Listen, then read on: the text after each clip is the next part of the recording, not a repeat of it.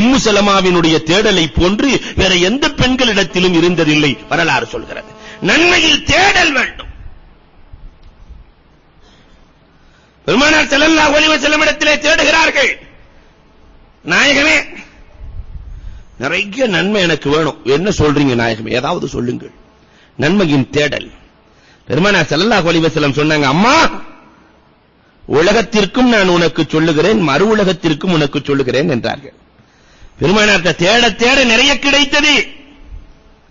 இந்த உலகத்திலே சுபுஹ் தொழுகைக்கு பிறகு, ஒவ்வொரு நாளும் சுபுஹ் தொழுகைக்கு பிறகு, அம்மா உம்மு சலமா, இதை 3 தடவை சொல்லிக்கொள் அம்மா என்று சொல்லிவிட்டு சொன்னார்கள், சுப்ஹானல்லாஹி வ பிஹம்திஹி சுப்ஹானல்லாஹில் அஸீம். இன்னொரு ரிவாயத்துல சுப்ஹானல்லாஹில் அஸீமி வ பிஹம்திஹி. புகாரியில பதிவான ஹதீஸ் சுப்ஹானல்லாஹில் அஸீமி வ பிஹம்திஹி என்று பதிவு செய்யப்பட்டிருக்கிறது.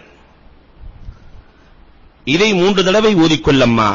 சுப்ஹானல்லாஹில் அஸீமி வ பிஹம்திஹி. இதை சொல்றதுக்கு எவ்வளவு நேரம் ஆகும்? லா ஹவுல வலா குவத்த இல்லா பில்லாஹில் அலியுல் அலீம். இதை 3 தடவை ஓதிக்கொள்ளம்மா. இது என்ன செய்யும் தெரியுமா? 4 பலாக்களை விட்டு உன்னை தூரமாக்கி விடும் அம்மா.